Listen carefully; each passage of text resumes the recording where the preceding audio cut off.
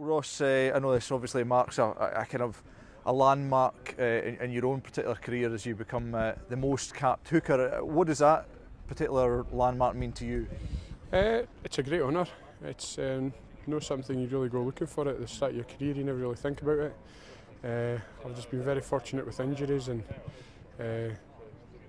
I've had a good career up until now, and I've enjoyed playing for Scotland and represent my country, and I hope to continue that for a long time into the future. You know, you're clearly at a stage of your career where it's not like you're coming to the end of it. You would imagine that if you can, show your worth to the new head coach as well, that there's plenty more caps to come.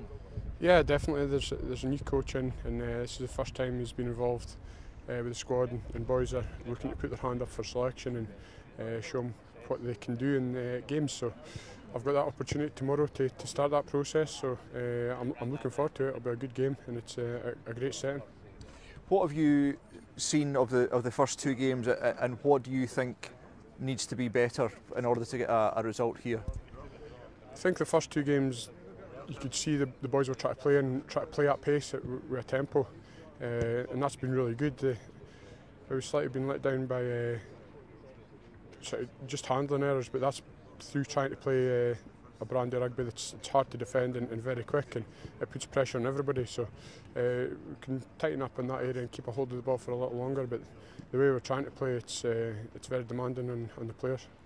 Obviously, Grant Gilchrist has been given the captaincy at a particularly young age, but I guess I think you've captained Scotland before yourself. So would you imagine that while Grant is the captain name, that there'll be other leaders on the park who can help each other out? Yeah, definitely. I mean, Grant's been leading the forward pack at Edinburgh this year as well, when he's been allowed, and he's done a great job there, and he's kind of a natural leader. He speaks when he needs to, but again he leads by example, and there's a lot of boys on the pitch as well that can help him out if he needs it, and there is boys leading there as well. Like, they've got different roles to do, and Grant can concentrate on his game, because when he plays well, that's what the coaches have looked for, his leadership in that way, by leading from the front, and I'm sure he'll do a great job. There's been a number of, generally speaking, pretty close contests between Scotland and Argentina over the last few years. Would you imagine the match here in Cordoba will be pretty similar?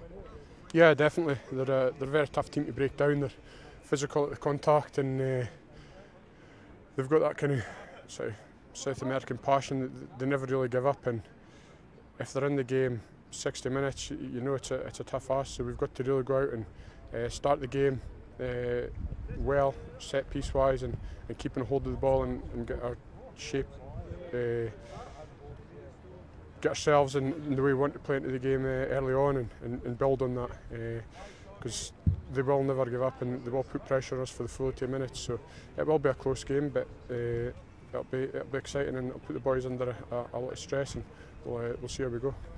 And how important is it then, just finally, with the 2 wins under the belt under Vern Cotter so far, to go into the final test of the tour with another kind of positive result, and the guys just building on the momentum that's begun?